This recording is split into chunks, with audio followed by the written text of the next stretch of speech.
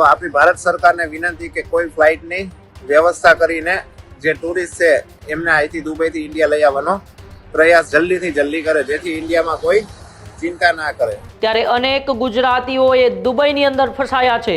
રાજકોટનો યુવક એ દુબઈની અંદર ફસાયો છે. ઇઝરાયલ અને ઈરાનના યુદ્ધની અસર સમગ્ર વિશ્વની અંદર અત્યારે પડી રહી છે. ભારત સરકાર પાસે મદદ માંગી છે કે જલ્દીથી જલ્દી ગુજરાત પરત આવે તેવી કોઈ વ્યવસ્થા કરવામાં આવે.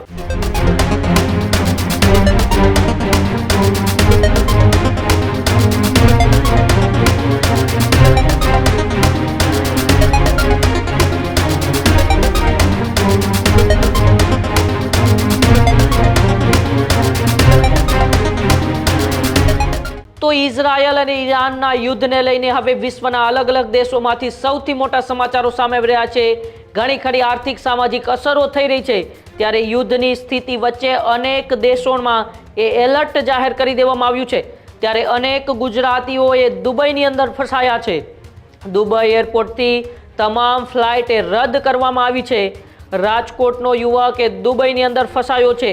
દુબઈમાં ફસાયેલા કૌશલ મોટવિયાએ સોશિયલ મીડિયાની અંદર એક વિડીયો બનાવ્યો છે. કૌશલ મોટવિયાએ વિડીયો જાહેર કરીને એ ભારત સરકાર પાસેથી મદદ માગી છે. ઇઝરાયલ અને ઈરાનના યુદ્ધની અસર સમગ્ર વિશ્વની અંદર અત્યારે પડી રહી છે.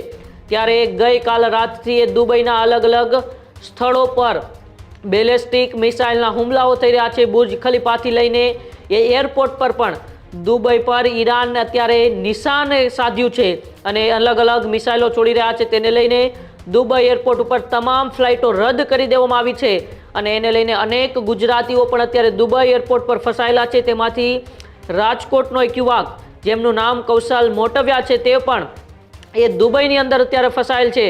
કૌશલ મોટવિયા દુબઈના એરપોર્ટથી એક વિડીયો જાહેર કરીને ભારત સરકાર પાસે મદદ માગી છે કે જલ્દીથી જલ્દી ગુજરાત પરત આવે તેવી કોઈ વ્યવસ્થા કરવામાં આવે.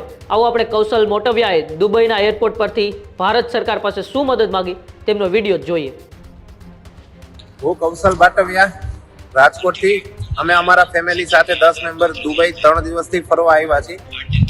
ગઈકાલે જે પરિસ્થિતિ થઈ છે જે તમે જોવો છો, જેવું દુબઈમાં હાલમાં એકદમ બધું સેફ છે.